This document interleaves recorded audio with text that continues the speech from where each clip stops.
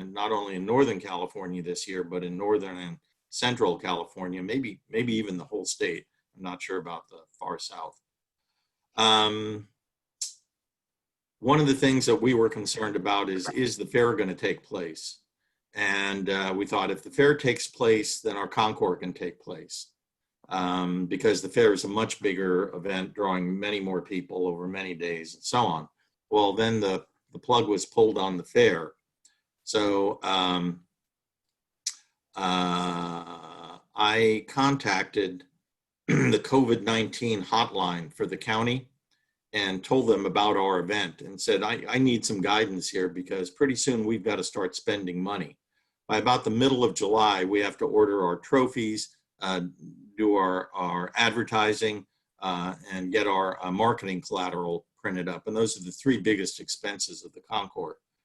And so they said, well, when I mentioned to them about this, they said, well, send us detail about what you're going to be doing over the 5 days of your show and how many people you expect and all that. Because the show actually goes, it's not the show, but it's part of the concours. We start in San Rafael with a tour and then come north, and goes all the way from Thursday morning to Monday morning. So 5 days. So I sent them a detailed description of what we were going to do and the precautions we were going to take. And they were very pleased. And about 2 hours later, I got an email back. They said, you requested this to be considered a phase 3 function under the governor's guidelines for reopening the economy. And your argument is that it's an open event, that we're not doing anything inside of buildings. You know, we're doing some minor things, meals and so on, but the vast majority of the people who come for the concours just walk up and down the street and look at the cars. And they said, because you have so many people, it is a phase 4. And so they said, we hope to be in phase 3 by July. Contact us in the middle of July, which coincidentally is right when that was going to be our drop dead date, because we'd have to start spending a ton of money. They said, contact us in the middle of July and we'll have a better idea.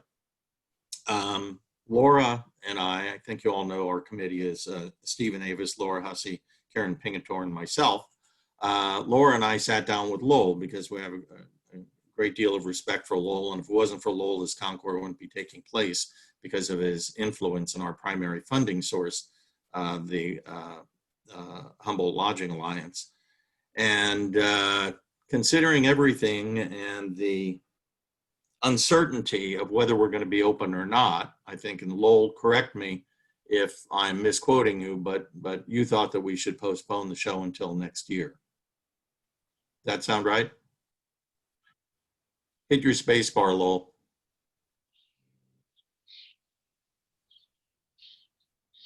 You're not. There I go. My space bar, my space bar didn't work. Yeah, you're quoting me pretty well. What I said, what I thought at the time, was that save your money, because that money that we HLA put forth for concours will probably not happen next year. HLA would be much diminished by next year because of the lack of TOT funds. And so you probably won't get that. So my thought were to save it and utilize it to go ahead with and make a big splash next year. But whatever you do, whatever your group decides to do, I'm with you. And within your group, you have to consider who's willing to continue to work if you go ahead. And if you have any of your group that disagree, it might be hard for you to pull forward. There you go. That's what I said. Thank you. Shortly thereafter, there was a board of directors meeting, a Sports Car Club of America, or a sanctioning body. I happened to be on that board. And I said, I want your input. These are the folks who assist in putting on all of these shows. I said, I want everybody's input as to whether you think we should go ahead with this or not. There was a great deal of discussion. And at the end, a straw vote was taken to make a suggestion, a recommendation to our concours. And they said, whatever we do, they'll support us. They already have 12 judges signed up for the show. That'll cover about 50 vehicles to be judged. And the vote was unanimous to pull the plug on the show. And I was still arguing that we should go ahead with the show because I really want it to happen. And then somebody on the board of directors, who I respect a tremendous amount, said, "What happens, Pat, if the county tells you that you on July 15th that you can hold your show, and then there is a resurgence of the pandemic, and they go from phase 4 down to phase 3 or phase 2 or phase 1 and lock us all up again, and you have spent all of that money?" The loss could be around $25,000. We spent $44,000 on the Concours last year, and we took in almost $47,000. So we had a couple $1,000s left over for our charities. But I've agreed with the entrants and potential entrants that if the show is canceled, we'll give them their money back. Well, then we're into this gigantic hole, and the ones who have to, the organization that would have to bail it out would be the chamber, because it is a chamber function. So not only would we spend the $15,000 or so that we have in the Concours account, but we'd spend another $25,000 potentially, or at least it would be tens of thousands of dollars that we would not be able to recoup because we wouldn't have the registration fees. So our committee started out with one member of the committee wanted to pull the plug, then a second member, and then a third member, and I was the holdout. And now I'm thinking we probably need to pull the plug. It's just too risky. And this is a Chamber of Commerce function, so I think this will require a vote by the Chamber Board as to whether to cancel it this year and then also to hold it next year. And I'm looking at September 12th for the Concours, which is again the second Sunday of the month, or it's a Sunday following Labor Day. And that seems to be our slot. And I think all the other Concours know to stay away from that slot and not book their show the same day as ours. Anyhow, I think that's about it. Questions, anybody? I think, it's really sad, but I think it makes sense, and we don't want to take any stupid risks. You detailed the financial risk. There's also the risk of people getting sick and dying, and we can't take that risk. Yeah, the way I kind of look at that is if the county says you can hold the event, the Department of Public Health says you can hold the event, then we could hold the event. I would hope that they would be very conservative about opening that sort of thing up. But just the potential financial consequences alone, I think, are enough to pull the plug. Well, we're lucky to have that money in the bank, where these other Concours that lost their sponsorship, they had this promise, and then those companies said, "We're not giving you the money." Is that what happened? So. Yeah, one of them, as I said, Mercedes-Benz had $1.25 million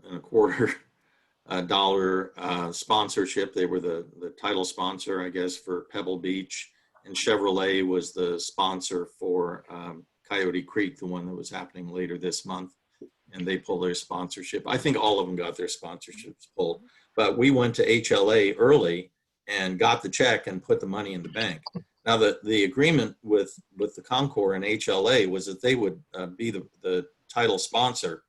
And of our sponsorships, we get about $4,000 in other cash sponsorships. So they give us 15 grand. So they give us essentially 75% or more of our sponsorship. But they said that they would sponsor us for 5 years to get us off the ground and then no more. I mean, we're hoping for a trophy sponsorship from them in the future at $500 each year, but not the 15,000 anymore. So rather than spend the 15,000 this year and have a potential major failure and then not have any money next year, we still have $14,200 in the bank of that. We've spent some, but not a whole lot. Then, we can spend that big chunk of money next year. In fact, I would start spending it pretty soon, getting brochures made for next year and other things. What we're planning to do too is take everything that we planned for this year and move it to next year. Exactly, Jaguar being the featured mark, all the same events and so on, which is exactly what Pebble Beach is doing. They're just picking up their 2020 show and making it their 2021 show. So we're taking their lead. Pat, I just Other want to thoughts? thank you and the committee for staying in there and already having a plan before a plan was needed, taking the right steps to call the county, really understanding the connections between all the rest of the concourse and the importance of concourse means. I think your perspective really has changed, and it takes a lot to do that. So Well, thank you, Thomas. Thank you for the kind words. It was tough. You know, this is my baby. This is, you know, Yep. the love of my life. Yep.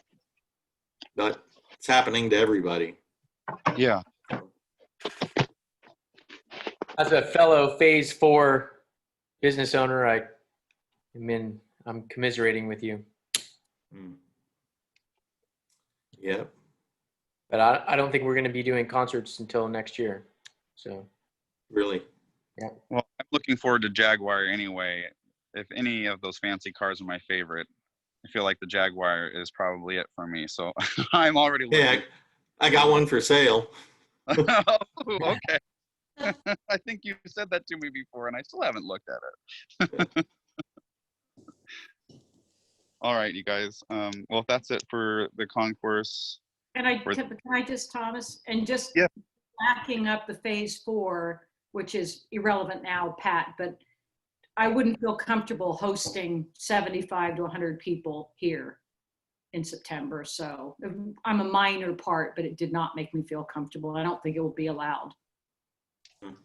Probably not. Yeah.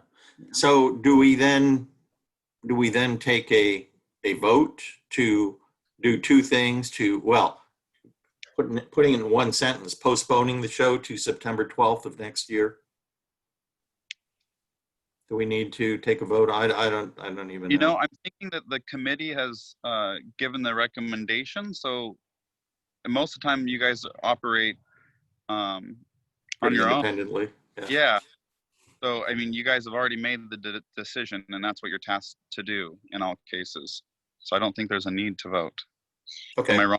I just reread through the bylaws, and we don't even have the concourse in there, and we'll talk more about that. But No, we don't. It's one of the special committees. I just read through it this afternoon again.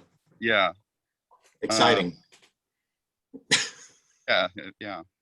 All right. Well, thank you again. And then in that note, just to make sure we get to it and try to keep within our timeline here for everyone, let's just move right into Lowell.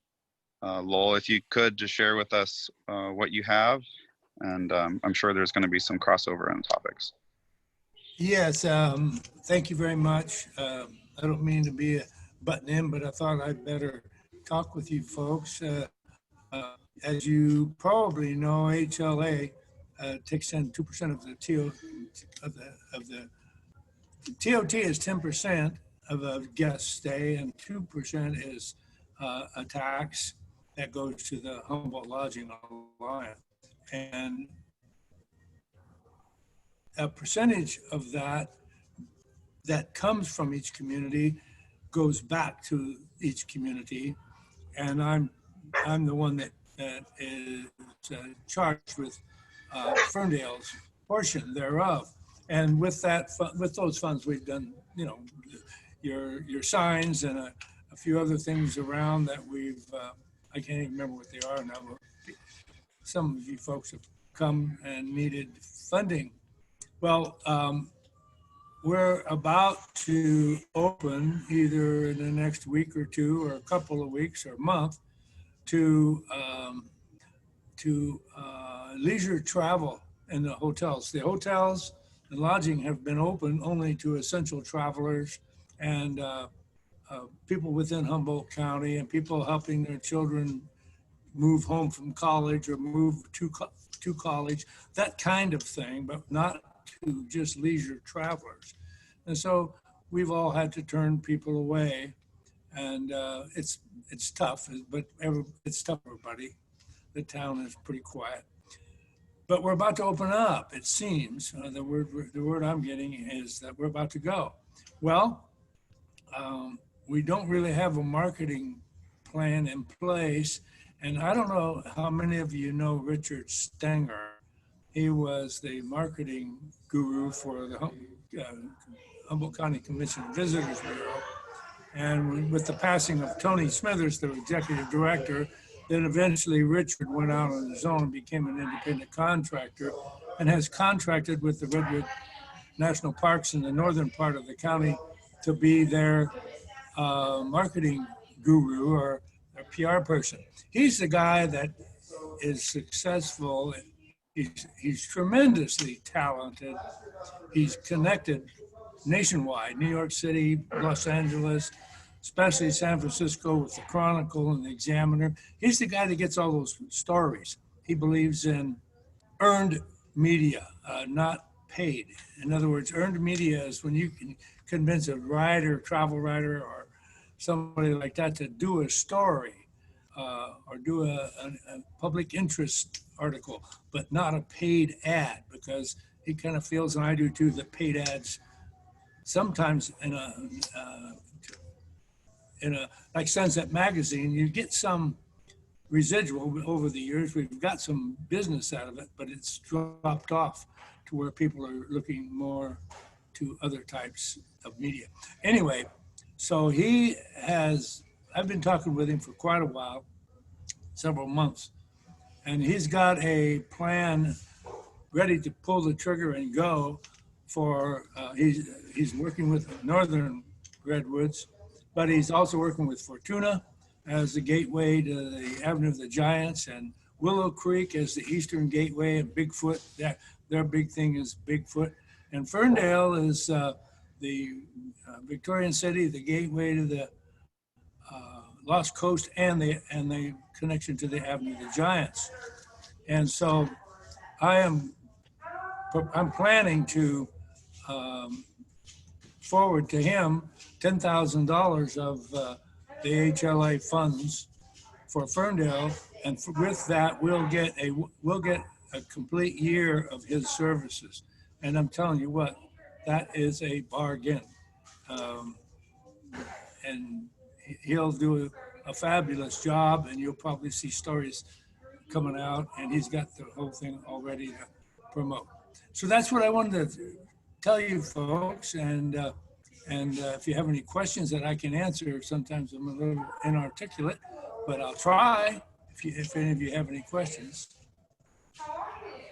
Thank you. That's amazing. Lowell can you hear me, Lowell?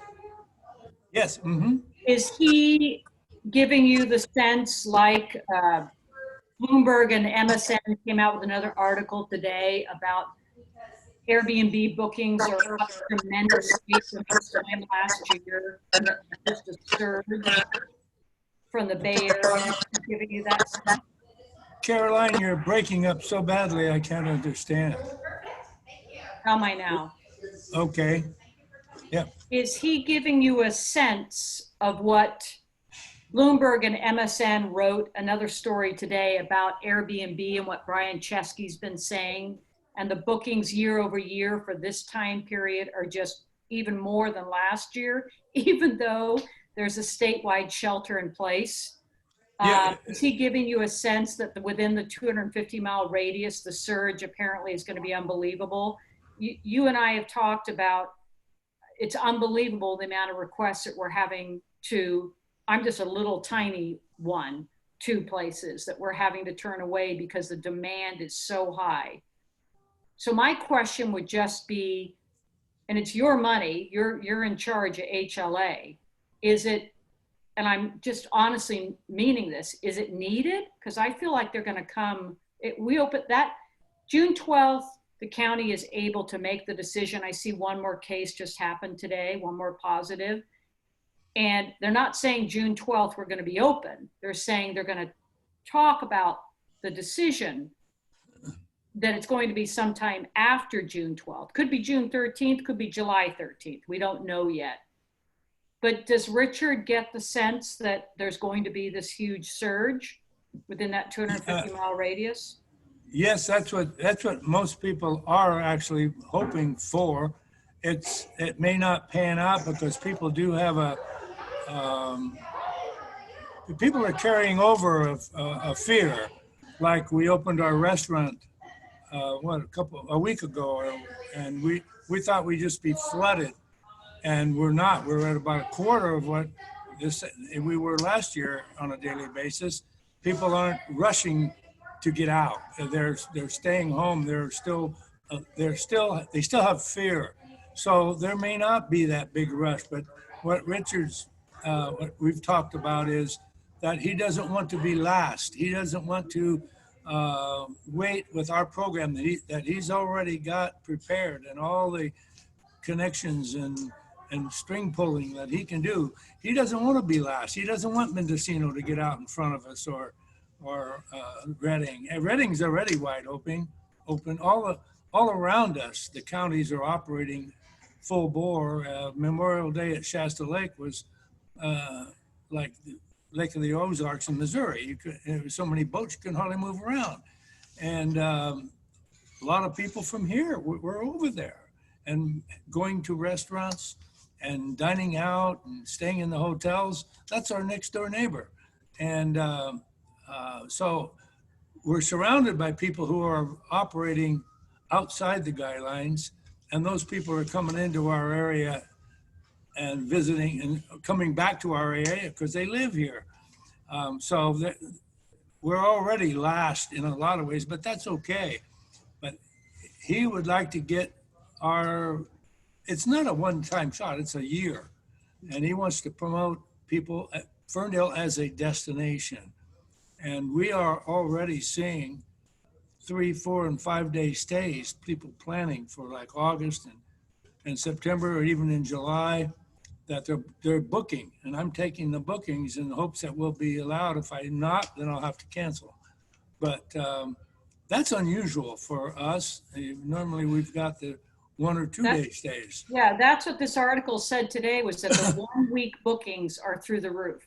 Yeah. Because we talked about it, people can work from home and they want to get out of the city. That's right. Yeah. And so that's why I wanted to tell you, I'm spending that money. I think it would be money very well spent on behalf of Ferndale. Ferndale doesn't have a marketing like a DMO, even though it does a great job with the website and answering questions, and Ferndale does operate as a DMO. Is that what I meant to say? What's the word I'm trying to think of, Paul? Yeah, we're a destination marketing organization. DMO. Yeah, I was right, huh? But like Eureka has employed Eddie Alexander. I wish some of you folks could see their presentations. I mean, I hate that they took over Eureka. That took all that funding away from the Visitors Bureau.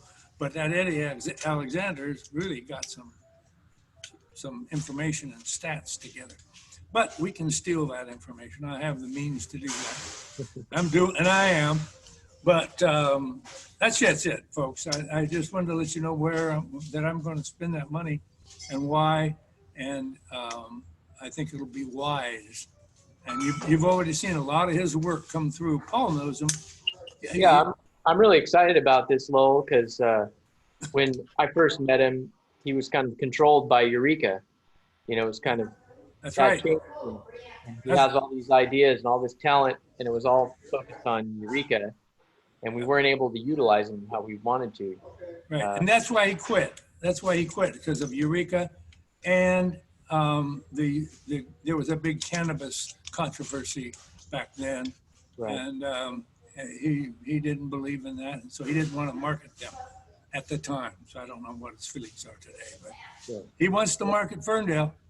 I want to let him know that we're excited to work with him and willing to share, our content, our photo library and stuff like that to help make his job easier and help him land these big articles. And the cool thing about these articles and stuff is, they go out there in the world, but then in the digital world, they're shareable and we can link to them on our website and we can make them last a lot longer than just one-time deal. Yeah, as an example, when Humboldt was determined to be the #1 destination in Lonely Planet 2 years ago, that was the result of about 3 years of him schmoozing with one of the main writers for Lonely Planet.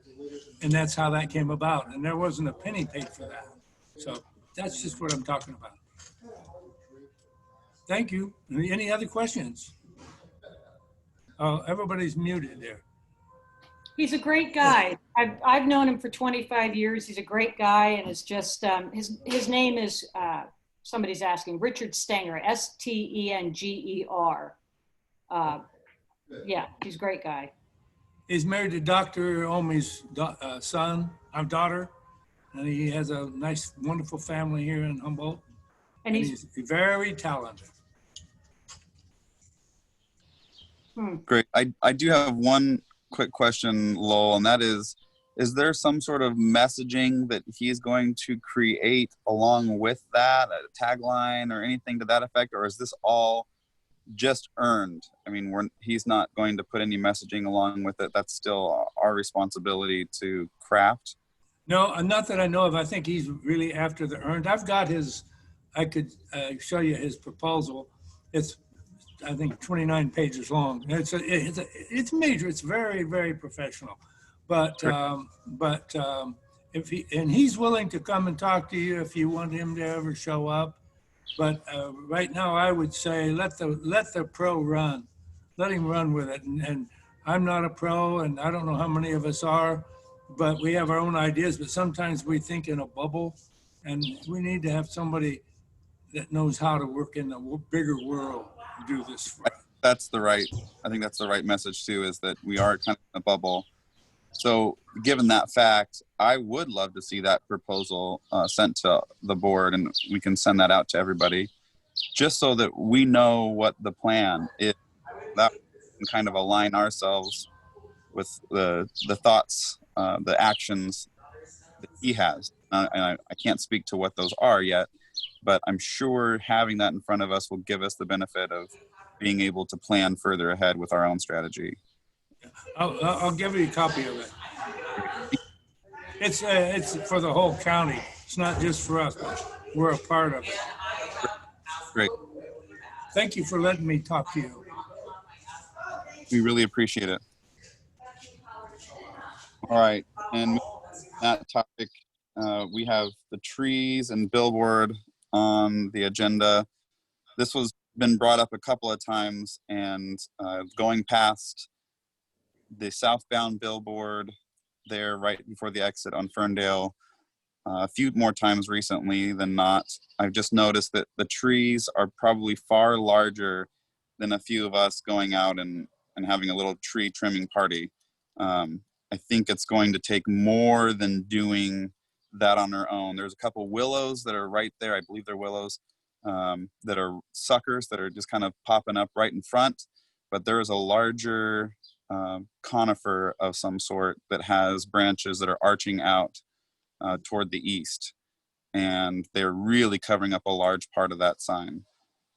Caroline has mentioned was just a group of people doing it, but I don't know if I could tap back into your mind there, Caroline, and share with us, has there ever been a professional tree trimming done there? Is there people that volunteered to do that with right equipment? I don't know. I just don't know. It was people who kind of went in the dark of night and volunteered. Okay. Yeah. Just to clarify, you're talking about the one on the Lolita side, southbound 101. Correct. Yep. Which is technically, it's an illegal billboard. It's grandfathered in. We have a 30-year property owner, and he has done some trimming from his property, but I think the big trees are on the neighbor's property, but then they hang over into the Caltrans zone, the side of the highway.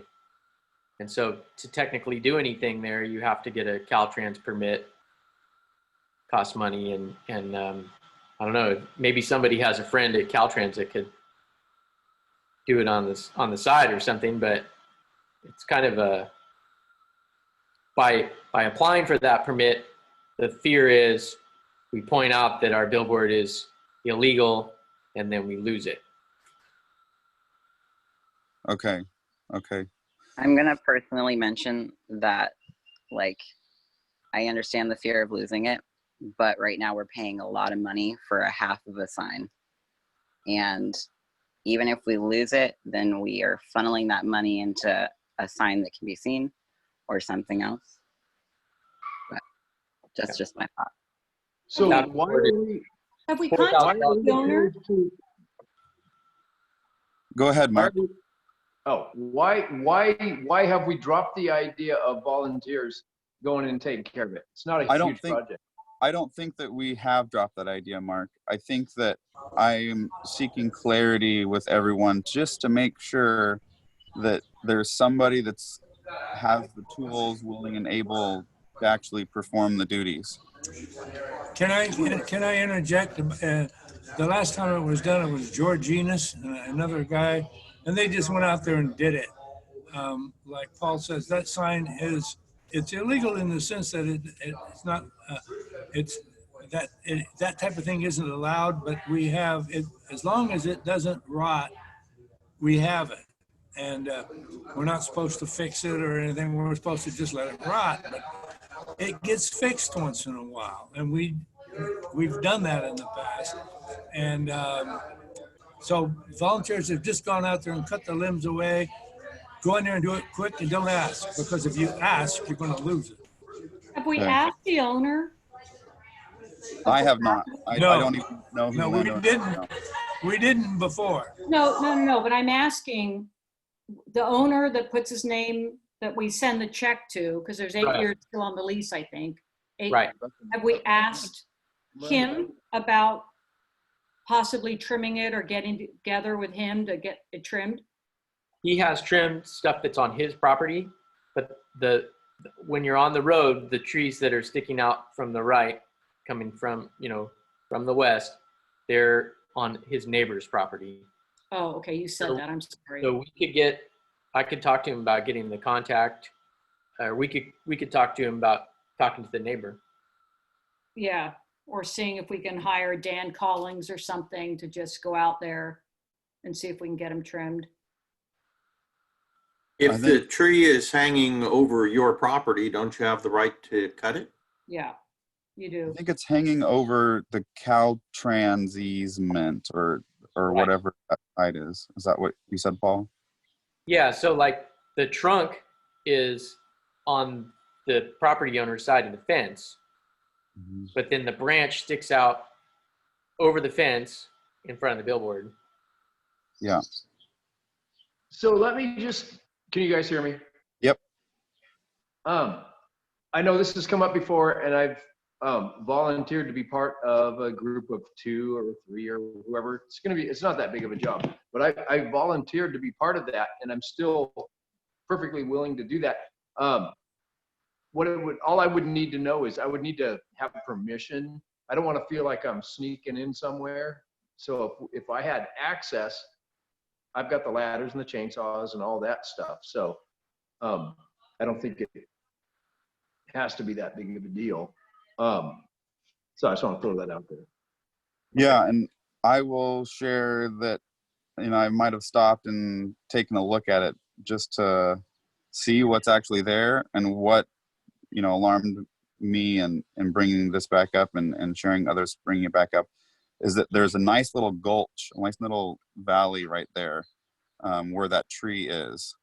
And to get to the branches that are the problem, it was something that my mind really went to boom truck or something to that effect to actually get to where those branches are. I don't think these branches have probably been the problem in the past. I think they've been other branches. So I will end this topic if there is no other real further discussion that we can't have with a few of those individuals. Mark, I can talk to you. Paul, I can talk to you because you have the contacts. You got the willingness and the contacts. So let's take that into a conversation if you're willing to still be a part of that. Okay, great. Wonderful. While we're on billboard, Thomas, Yes. I talked to Jeff from All Points today. He called. we're due to renew the northbound billboard, the one in Fortuna. Uh-huh. And one positive is that they're not going to raise the rate this year. Wow. So that's nice. I asked him if you'd lower it. He said no. But I asked. And then I asked if, because that one includes trimming, it includes the visibility. Right. And last time he did it himself and got a really bad poison oak infection. Oh. So he's going to have somebody else do it this year. But he's putting in that request and sending me a contract for a year's renewal. Great. That's a part of our current budget as is, so that should move forward then. Thank you for the update, Paul. If there is nothing else about billboards or trees, we can go to elections. And I will say that in reading the bylaws as they were sent out right after the meeting, it really made me think that we need to get to a place very soon where we have a committee for those bylaws, as it says in the bylaws. Very nebulous.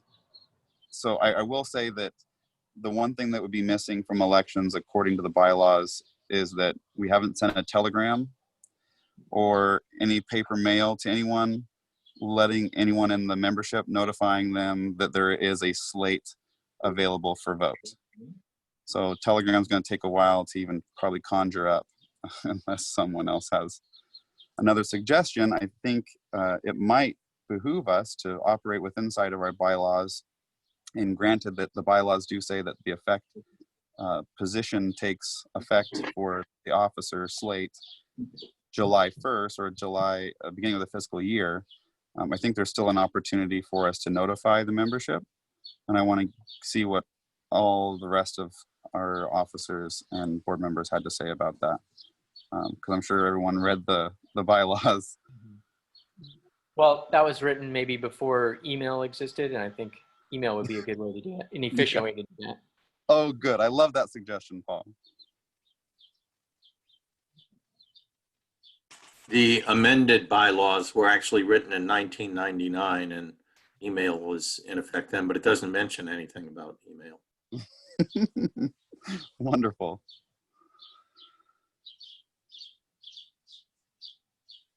Okay, so if there's no other comment about that and everyone feels comfortable moving forward, given that the bylaws don't encompass email as a proper communication channel, would someone like to propose that we do that then? Or Paul, if that was a motion, would someone like to second that we utilize? Yeah, let me restate it. I propose that, the slate of officers that we come up with tonight be sent out in email as our recommendation. And then, I don't know what the wording is. Do you have to say, unless somebody else is interested or wants to cause a vote to happen? I mean, that's what's in the bylaw. What the way ballot. Mm-hmm. Yeah, the way that I interpret is actually we're missing a step and we're going just kind of a step further. And I'll say this is that the bylaws state we need to put together a committee. We've done that. The committee of folks essentially say, hey, these are all the individuals that will be a part of the board as positions. And in this case, it should be numbered, position 1, 2, 3, 4. And that the membership votes on the total slate. After the slate has been adopted, then it's up to the directors to assign the positions of officership. So we are moving forward with a step before that, which I think is okay, because it's actually providing the membership more inclusion on voting. But in general, I think the bylaws do state that there is a different way of going about this we're not doing. So if we do, we've made it clear to the membership, we've made it very clear that we're in need of board members and need these certain positions filled. So it's not like they're not aware. And you just sharing that is the reason why I'm I'm stating it because I don't want to be the one to state that necessarily. Okay. But I do appreciate that, Paul, because that is what we're looking at. We have, shared that with the membership. People are involved and engaged, even in virtual a sense. So I feel comfortable with that, and I hope everyone else does. And if not, then please share either way at this point.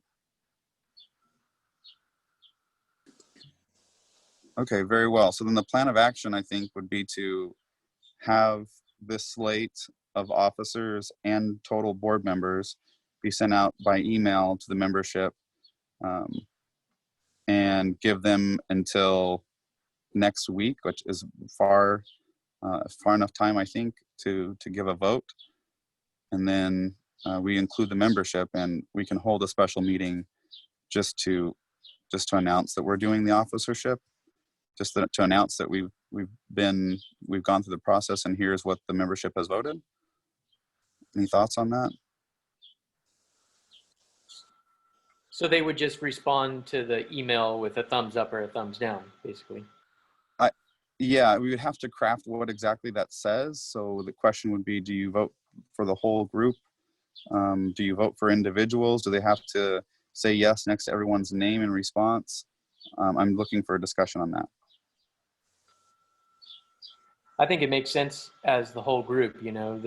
Our committee has agreed to work in this capacity, and the board is on board for this slate. This is our recommendation.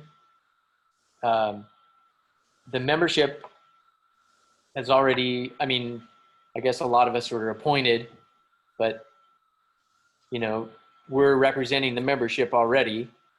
They want us to make the decisions, so that we're just basically notifying them that we've made the decision. And that's, oh, go ahead, Mark. Oh, and I was going to say, I don't know how you phrase that, but rather than looking for the thumbs up, maybe you open it to any opposition. Yeah. And Okay. If there's any problem, let us know. We're going forward.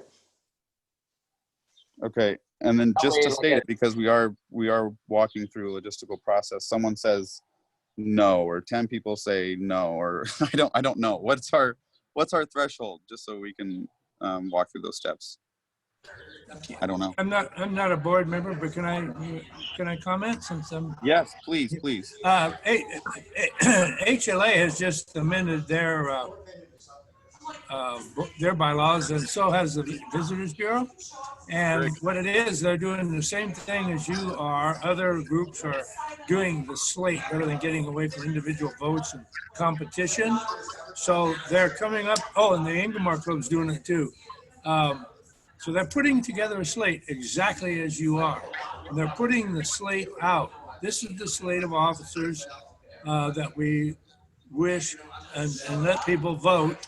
I suppose one vote would make it happen.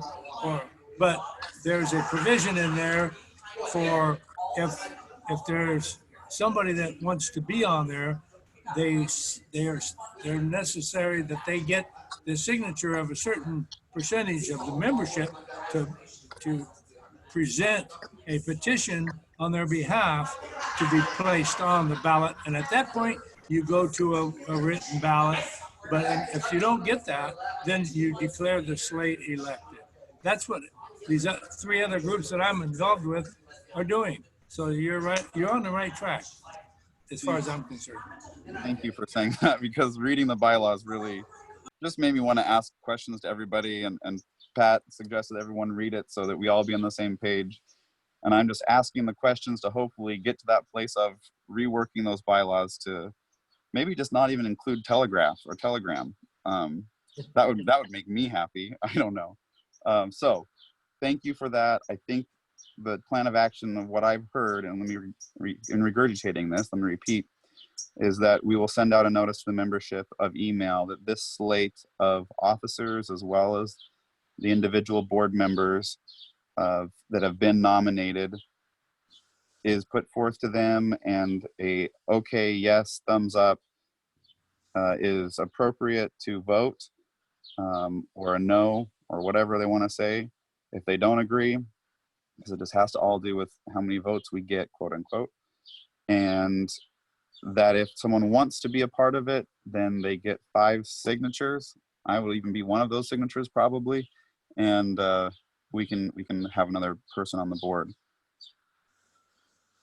Sounds good. Okay, great. Make it 10 signatures. 10 signatures. 10 signatures of membership, which is important. Okay. Well, then I think that's it. But what was brought up tonight about bylaws, and just because there were some things in there that I do want to just state right now, we have missed Justin. He hasn't been to board meetings before January, I believe. And then maybe there was one that he might have jumped on real quick for the virtual. I haven't gotten a response back from him whether he wanted to be on the board still. Has anyone else had communication with Justin Sequoia? I see him, he gets home from his work like around 6 or 6:30 in the evening. So you probably missed him because of that. I do see him, but I haven't talked about that. Okay. And I know he had mentioned the late night working or later in the evening. So I was hoping just to clarify with him for that, just so that we know that if there's someone that wants to be an active board member, that they can, or if he wants to be an active board member, he could be included in this slate. All right. The bylaws do say that if someone misses 3 board meetings in a row, that they can or will be removed. I can't remember if it was can or will. I think it was can. Yeah, and so if he's not on the slate for this go around, then that helps, that solves that challenge. I think we have 9 current active board members, including him. Yes, We have space for 10. correct. So, and if we're adding Christy as a new board member, that's the only new board member we'd be adding, right? Correct. So even if he still wanted to do it, we'd still be at 10. Okay. But I get a feeling that he doesn't want to do it. Yeah, and I don't want to speak for him either, but the thing for me, the biggest thing for me is just knowing, the process and protocols from the bylaws further, reading them again. I think this will, for that situation, just going forward with the nomination process should make that okay. All right, everyone. Well, what I'm going to put on the next agenda is bylaws and the committees. Does anyone have anything else they would like to suggest for the agenda topics of the next board meeting or general meeting? Are we, other than the election part, are we done with tonight's meeting? Correct. Yeah. The only thing that I needed to talk about with regard to 4th of July parade, at last month's meeting, I had said that I talked to the chief and he wanted to wait a little while before we decided. I talked to the chief last week in an email, and he said unless something drastically changes that we're not having a parade. Thank you for that. Yeah. And since we're on events, we did do the pet parade virtually with sending in pictures. I saw a total of 5 hashtags use Ferndale Pet Parade, which was kind of exciting. We threw it up there pretty quick and got some people participating. But we definitely got a lot of people that were interested in the event. So I just know that people were thinking of it. But we do have this upcoming weekend. We have the 13th and 14th town cleanup. Thank you, Caroline, for making that happen in the paper. I used Piglet on the Facebook event as well, and it just tied in so perfect. So I really appreciate everyone that put out the word and is continuing to put out the word, but I did want to reach out real quick to anyone that wants to say more. Janet, I haven't sent you anything specific to put in a PSA. Yeah, Actually, I wrote a PSA based on that little poster with Piglet on it. And I recorded it this morning before coffee and sent it in. And so it's going to run. It'll probably be another day till it's on because it doesn't happen all that fast. So I'm thinking probably it'll run Wednesday, Thursday, Friday, maybe Saturday too. So we'll get a couple days before the cleanup day. You know, on all the stations. So that's the best I can do for free. Thank you. That is amazing. Getting things done. Yeah. And just because you popped up on my screen for the first time that I've seen, because it's rotating. I love your hat. Thank you. I need a haircut so bad. I'm on the hat thing. You can Hey, supply it, Thomas? take it all off. Okay, well, that's great. Paul, Mark, thanks for getting that organized and sharing the information with everybody and talking with the city. I'm sure we're going to have more than a few wheelbarrows full of weeds if we just keep telling people. So let me just, can you hear me? Yep. Yeah. First of all, thank you, Janet. Thank you, Caroline, for the coverage on that. And it is getting some traction in town. I'm hearing people stop me throughout my day. I know Laura Hussey's group, they're trying to get organized. I need to talk with her tomorrow. She wants me to pick a cool stretch of town for them to clean. She has a group. Anyway, so basically what I'm wanting to say is thank you for that. And then everyone else, as the days move closer to the weekend, share the Facebook event so that it stays on everybody's mind. And I think it could be a really fun thing, you know, and could have a really good effect. So. Well, you heard it from the vice president, everybody. Share that event. Hey, mention it and talk about it with a friend. We will do some sort of activity, whether it's sweating or we're going to be doing it at night. Somebody in Ferndale is going to be working on those weeds, thinking about how Mark put this together with the Sparkle Squad and making our town look sparkly again. So great work, everybody. It's exciting to get to do something physical again and together. So if that's all, I'll go ahead and ask that we adjourn this meeting for the evening. All right.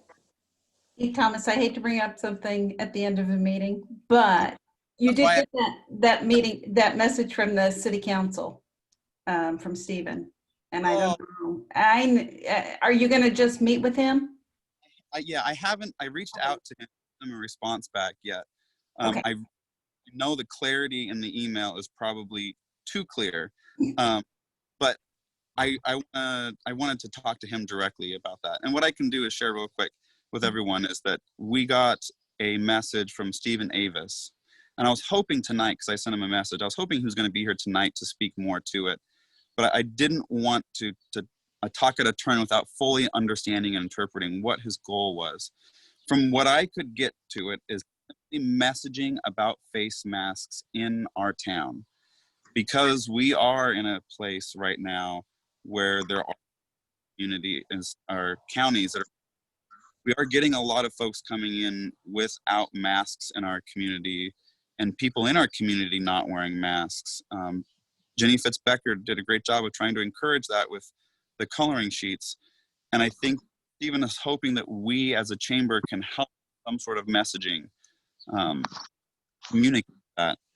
And I'm personally not sure how much more individual business owners could do.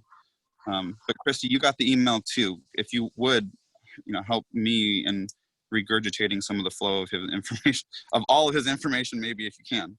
Yeah, I think he wanted, as far as the chamber's connection with it, was to sort of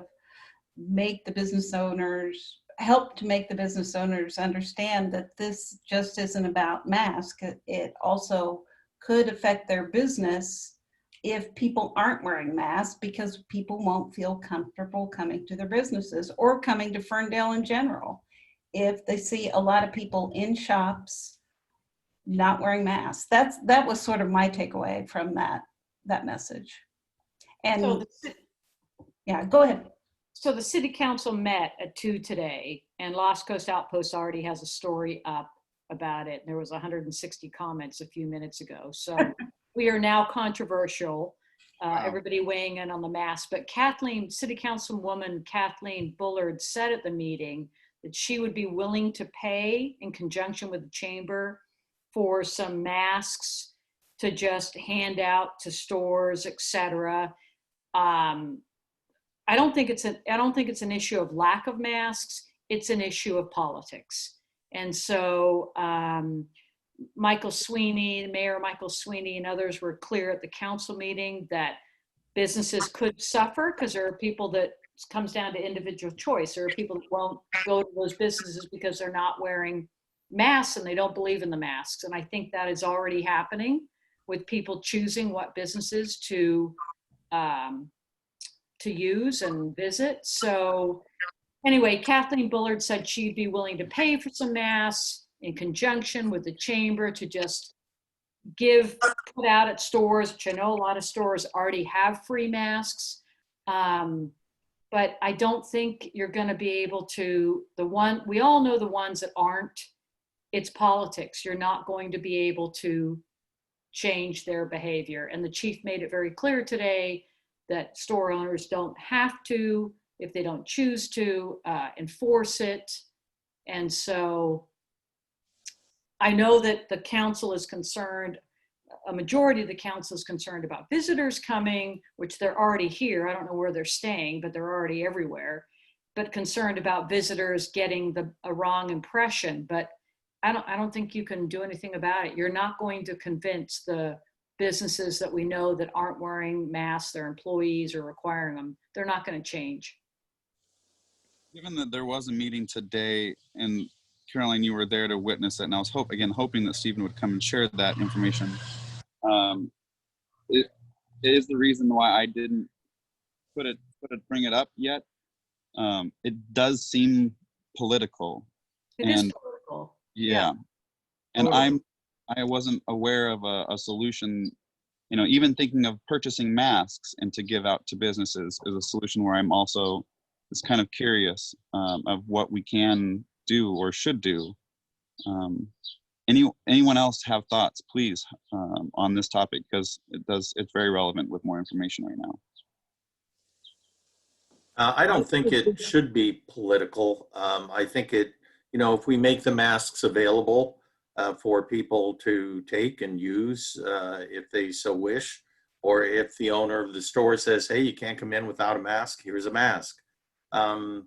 Maybe it is a bit of a political football, but our contribution toward masks would not be, it certainly wouldn't violate the bylaws regarding, supporting a political candidate or something like that. Yeah, I'm not saying it's political. I'm saying that the store owners and establishments that aren't requiring it and the employees aren't wearing masks, it's their politics masks are a political issue.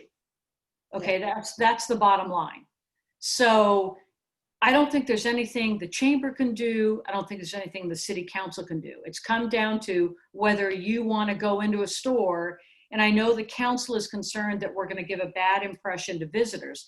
The vast majority of stores are requiring masks and are wearing them, but there are certain local establishments that aren't. And unfortunately, that's the reality of it. I'm a mask person, but that's the reality of it.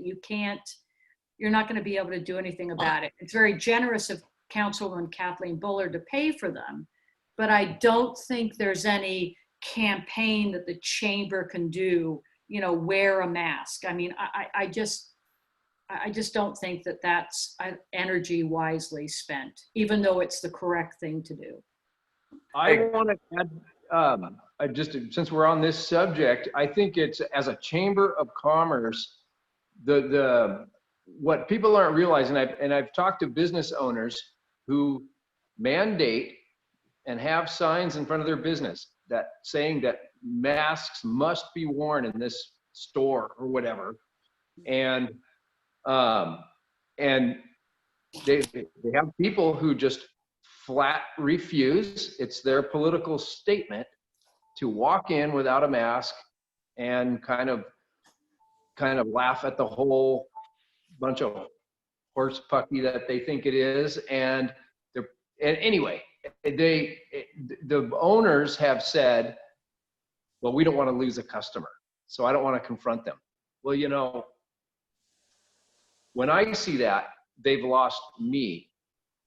For every one person of that attitude that you cater to, you might be losing 15 others.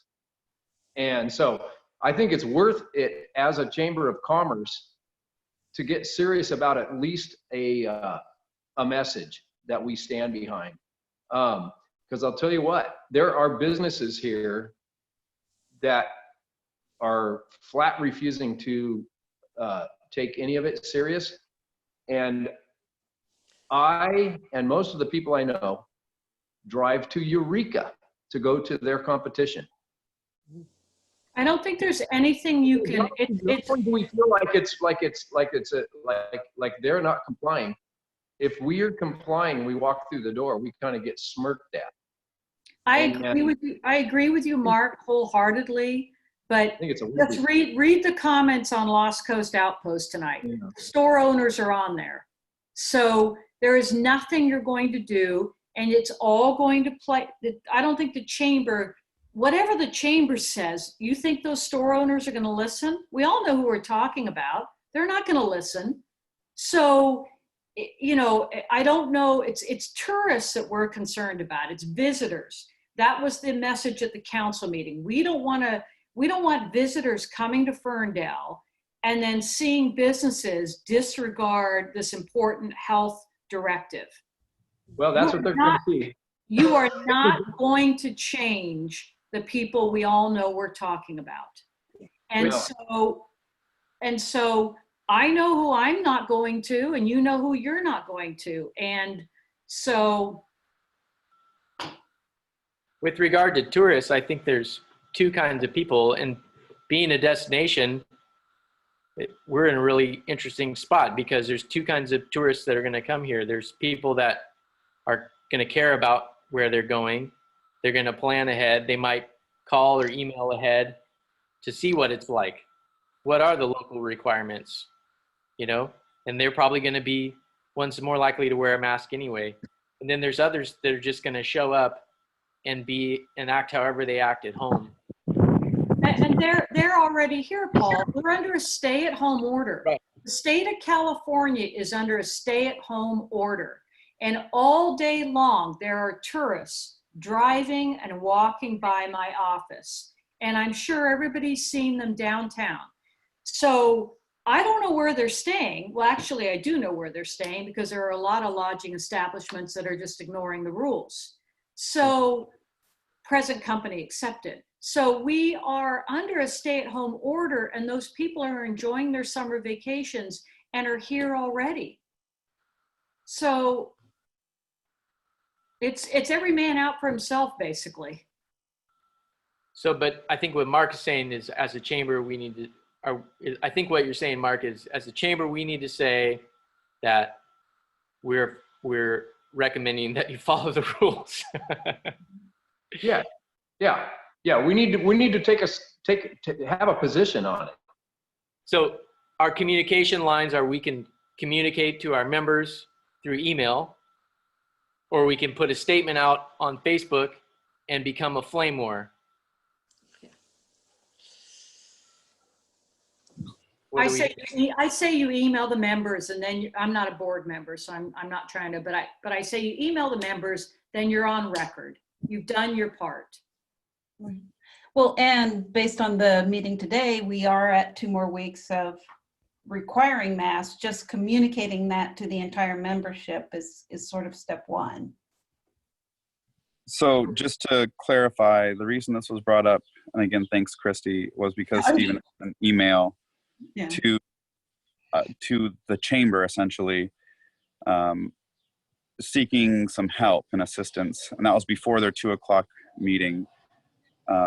It sounds like after having this discussion, the short discussion, the thing that we need to respond with to the city, essentially, is that we have discussed moving forward with mask in the current state we are in of this pandemic and the stage that we're in these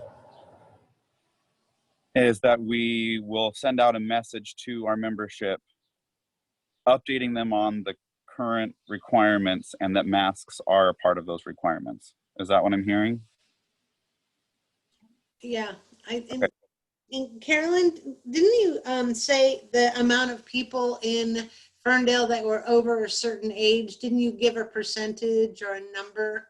Yeah, I can't remember. It's very high, obviously. It was really high, and I don't know. For me, it's like, you know, you will do what you want to do. This is what the chamber recommends. But remember, the locals help keep you afloat too, and you know, 4/5 of this population is at risk if you don't help us and get folks to wear a mask. Because just like Mark said, if they are not doing the mask thing, I won't go either. Right. And I won't go later, and I won't go when it's over, because screw you anyway. You didn't care about me. I'm not going to care about you. You know, it's a two-way street. Excuse me. Sorry. It shouldn't be political. That's what ticks me off the most, but indeed it is. So there you go. Indeed it is. I will respond to Stephen. I want to make sure that I send out that message to everyone on the board too before I do that. So I'm going to send that out right here, right now. And I don't know, Thomas, if the chamber wants to take Councilwoman Bullard's offer up, where maybe then you could say, Council Member Bullard has offered to purchase masks, and if you're a store that is in need of a supply of masks for people, please reach out and masks will be delivered to you in 2 minutes. great. Yeah, no, that's great. That's good to include that offer. And did she say when, out of curiosity, or did she already have masks available? She did not say when. She just said she'd be willing. So perhaps it would be good to reach out to her. Okay. Yeah. All right, wonderful. Then I will include that. And then by tomorrow, we will have a response sent to Stephen and hopefully a message out to the general membership. Thank you. Okay, thank you, everyone. Well, I hope you've continued to enjoy this evening because it's still nice. So get outside in your gardens, huh? Right. All right. I will ask that we adjourn this meeting. Anyone in favor? Aye. Aye. Opposed? All right, talk to you. Thanks, Thomas. Thank you, Great Thomas. sunset, Paul. Thanks, everybody. Oh, yeah. Thank you. Good night, everybody. Oh, I didn't know you had great service up there at the top of the cemetery. Yeah. Nice sunset tonight there, Paul. You got it. Every night. Same. Yeah.